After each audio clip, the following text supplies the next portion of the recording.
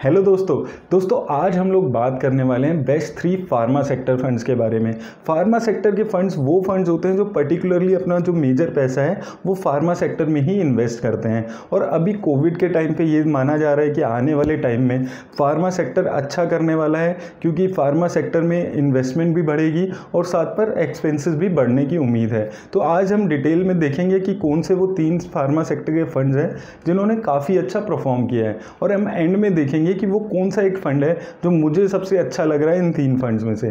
तो आइए देख लेते हैं डिटेल्स। तो दोस्तों सबसे पहले हम जिस फंड पे बात करने वाले हैं वो है निपन इंडिया फार्मा फंड। तो बेसिकली ये जो फंड है ये मेजर अपना पैसा है वो फार्मा कंपनीज में ही अपना इन्वेस्ट करता है, और इसका जो एसेट अंडर मैनेजमेंट अभी चल रहा है वो 5,000 करोड़ के आसपास का चल रहा है। और अगर हम एक्सपेंस रेशो इसकी देखते हैं तो इसकी एक्सपेंस रेशो भी काफ़ी कम है, 0.82% की सिर्फ इसकी एक्सपेंस रेशो अभी चल रही है। अब अगर हम बात करें इसकी एलोकेशन पे तो सबसे ज़्यादा जो पैसा है वो लार्ज कैप कंपनीज में लगा रहा है 74%, वहीं मिड कैप कंपनीज में 12% और स्मॉल कैप कंपनीज में 10.5% के आसपास ये पैसा अपना लगा रहा है। तो यानी कि ये within pharma sector major पैसा अपना लार्ज कैप कंपनीज में ही यहाँ पर लगा रहा है। अब अगर हम यहाँ पर कंपनीज पे बात करते हैं तो सबसे ज़्यादा जो पैसा है ये इसने सन फार्मा में लगाया हुआ है 11% के आसपास, वहीं डॉक्टर रेड्डीज लैब में 10% और बिंदो फार्मा में 9% के आसपास, वहीं सिप्ला और लुपिन में भी 9% के आसपास पैसा लगाया हुआ है। उसी तरह डिविज लैब में भी यहाँ पर 9% पैसा दिख रहा है। तो इन 5 कंपनीज में 6 कंपनीज में मिला के इसने कम से कम 60% के आसपास ही अपना पैसा लगाया हुआ है। और उसके अलावा Cadila health care, gland pharma, Fortis health care और थायरो केयर जैसी कंपनीज भी इसके टॉप 10 कंपनीज में शामिल है। तो यानी कि इसका जो पोर्टफोलियो ये काफ़ी कंसंट्रेटेड है, सिंस जो फार्मा कंपनीज है वो काफ़ी लिमिटेड है। तो यहाँ पर हमें वो चीज़ दिख रही है कि इस टॉप कंपनीज में ज़्यादा यहाँ पर एलोकेशन दिख रही है। अब अगर हम यहाँ पर बात करें इसकी रिटर्न पे, तो अगर आपने 10,000 रुपये यहाँ पर वन टाइम इन्वेस्ट किए होते 1 साल पहले, तो 1 साल में इस फंड ने आपका जो पैसा है वो 62% बढ़ा दिया है, 10,000 रुपये आपके 16,000 रुपये कर दिए हैं। वहीं 2 सालों में इसने आपके 10,000 रुपये डबल कर दिए हैं, 20,000 रुपये बना दिए, यानी कि एनुअलाइज रिटर्न जो यहाँ पर आ रही है वो 41% की आ रही है। वहीं 3 सालों में 21,000 रुपये हो गए हैं वो पैसे आपके, और 5 सालों में भी 22,000 रुपये ही दिख रहे हैं। यानी कि अगर आपने 5 साल पहले भी इस फंड में 10,000 रुपये लगा दिए होते तो वो पैसा इस फंड ने आपका 22,000 रुपये बना दिया है। और अगर आपने इस फंड की इंसेप्शन में यानी कि जनवरी 2013 में ही पैसा लगा दिया होता तो वो 10,000 रुपये इस फंड ने आपके 44,000 रुपये के आसपास कर दिए हैं। यानी कि अगर हम पर ईयर रिटर्न पे बात करते हैं तो 19% की ये पर ईयर रिटर्न इस फंड ने दी है, जो कि एक काफ़ी अच्छी रिटर्न यहाँ पर मानी जा सकती है। अब आइए दोस्तों दूसरा फंड हम यहाँ पर देख लेते हैं। तो दूसरा फंड जो यहाँ पर फार्मा सेक्टर में अच्छा कर रहा है वो है Tata India pharma and health care fund. और ये भी अपना जो मेजर पैसा है वो फार्मा सेक्टर में ही लगा रहा है, लेकिन इसका जो एसेट अंडर मैनेजमेंट अभी चल रहा है वो काफ़ी कम चल रहा है, 500 करोड़ के आसपास का इसका एसेट अंडर मैनेजमेंट चल रहा है। और अगर हम इसकी एक्सपेंस रेशो पे बात करते हैं तो इसकी जो एक्सपेंस रेशो है वो 1.19% है, जो कि निपन इंडिया फार्मा से काफ़ी ज़्यादा यहाँ पर दिख रही है। अब अगर हम इसकी भी मार्केट कैप के हिसाब से एलोकेशन पे बात करें तो इसने सबसे ज़्यादा जो पैसा है अपना लार्ज कैप कंपनीज में लगाया हुआ है 60% के आसपास, वहीं मिड कैप कंपनीज में 31% और स्मॉल कैप कंपनीज में इसने 5% के आसपास ही पैसा लगाया हुआ है। तो दोस्तों निपन इंडिया में हमने देखा था कि उसने 75% जो पैसा है वो लार्ज कैप में लगाया हुआ था, वहीं जो ये फंड है ये लार्ज और मिड कैप में दोनों में ही अच्छी इसने एलोकेशन यहाँ पर की हुई है, वहीं इसने स्मॉल कैप में ना के बराबर ही यहाँ पर एलोकेशन की हुई है। अब आइए देख लेते हैं कि इस फंड में कौन कौन सी मेजर कंपनीज हैं।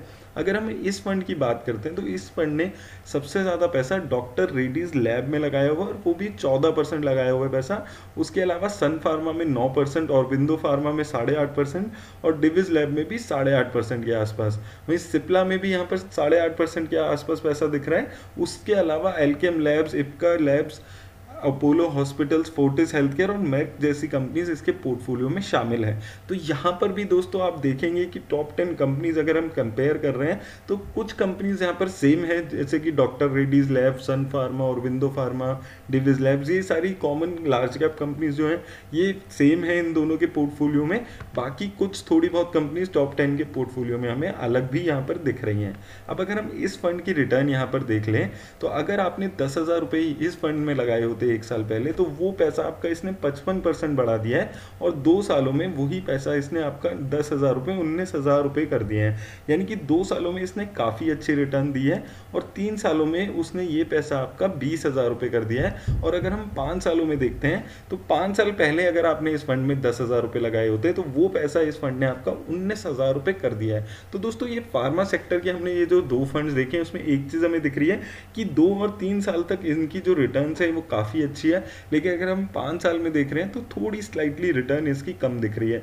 उसका रीज़न यही है कि अभी 2-3 सालों से ही इस सेक्टर ने काफ़ी स्पीड पकड़ी है, उससे पहले ये काफ़ी इग्नोर्ड सेक्टर चल रहा था। अब अगर हम यहाँ पर तीसरे फंड की बात करते हैं तो तीसरा फंड है यूटीआई हेल्थ केयर फंड और इसका जो एसेट अंडर मैनेजमेंट चल रहा है वो 800 करोड़ के आसपास का चल रहा है और इसकी जो एक्सपेंस रेशियो है थोड़ी ज़्यादा ही यहाँ पर दिख रही है। एक्सपेंस रेशियो इसकी 1.79% है जो कि काफ़ी ज़्यादा मानी जा सकती है।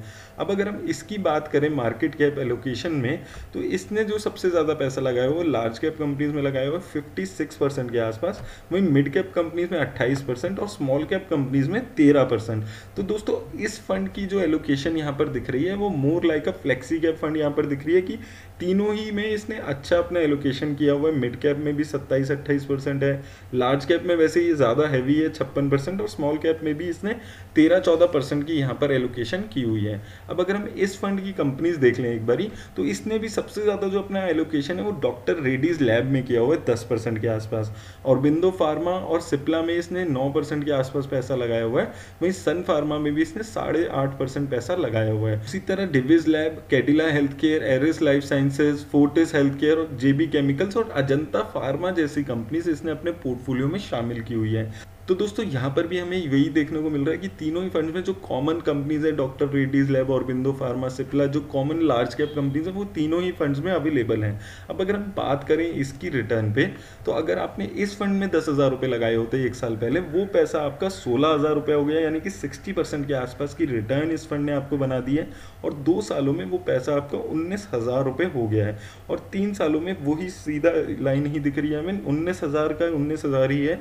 यानी कि अगर आपने 2 साल पहले या 3 साल पहले पैसे लगाए होते तो लगभग आपको सेम ही रिटर्न यहाँ पर मिली होती। और अगर हम 5 साल पहले बात करते हैं तो 5 सालों में इस फंड ने आपके लगाए हुए पैसे 19,000 रुपये कर दिए हैं। और अगर आपने इस फंड की इंसेप्शन पे यानी कि जनवरी 2013 में 10,000 रुपये लगा दिए होते तो वो पैसा इस फंड ने आपका 35,000 रुपये बना दिया है। तो यानी कि दोस्तों ये फंड जो है ये कंपैरेटिवली रिटर्न इसकी थोड़ी फ्लैट दिख रही है हमें 3-4-5 सालों में इन कंपैरिजन टू टाटा का फंड और निपन का फंड। अब आइए दोस्तों एक बार ये देख लेते हैं कि आप क्या इन तीनों फंड्स को ऐड कर सकते हैं अपने पोर्टफोलियो में। तो अब अगर हम इसकी म्यूचुअल फंड ओवरलैपिंग पे यहाँ पर बात करते हैं तो अगर हम निपन इंडिया देखते हैं, निपन इंडिया की कंपनीज यहाँ पर 21 टोटल कंपनीज है इसके फंड में।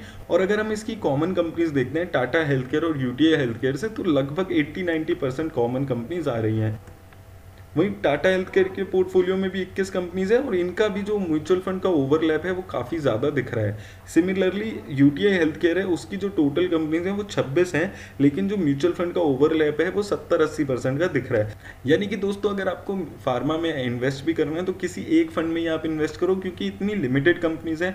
अगर आप एक भी फंड ले लेंगे तो मेजरली कंपनी सारी यहाँ पर कॉमन ही होने वाली है। अब दोस्तों बात आती है कि किसके लिए फंड अच्छे हैं। तो दोस्तों अगर आप लॉन्ग टर्म इन्वेस्ट करने वाले, वेरी हाई रिस्क लेने वाले इन्वेस्टर हैं तो ये फंड आपके लिए बना है। और मैं यही आपको बोलूँगा कि अगर आपको फार्मा सेक्टर की थोड़ी नॉलेज है तो ही आप इसमें इन्वेस्ट करें, नहीं तो बाकी इतने सारे फंड्स हैं जो अवेलेबल हैं जो अच्छी रिटर्न्स दे रहे हैं, आप उनमें भी इन्वेस्ट करके रिटर्न कमा सकते हैं। मेरी तरफ से दोस्तों आज इन फंड्स पर इतना ही।